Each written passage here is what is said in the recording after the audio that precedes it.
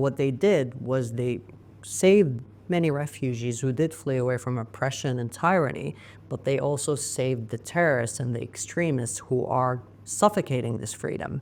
When I first arrived in Sweden, I arrived at a refugee camp in Halmstad.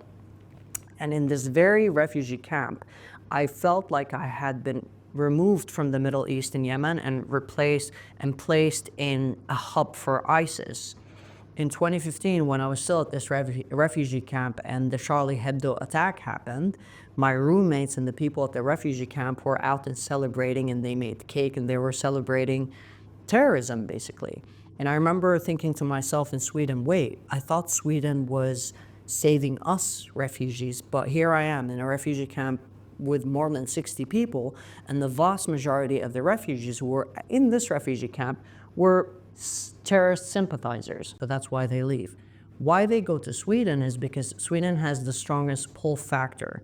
In Sweden, you don't have to learn the language or know anything about society or contribute or pay in the economy for you to become a citizen. So one of the main lines of discussions in the refugee camps was, we hate Sweden, it's too cold, it's too dark, the people are too racist, the women are sluts, but they give you the highest amount of money for social compensation in case you don't work. And what happened is you actually created an enemy of the state within the country.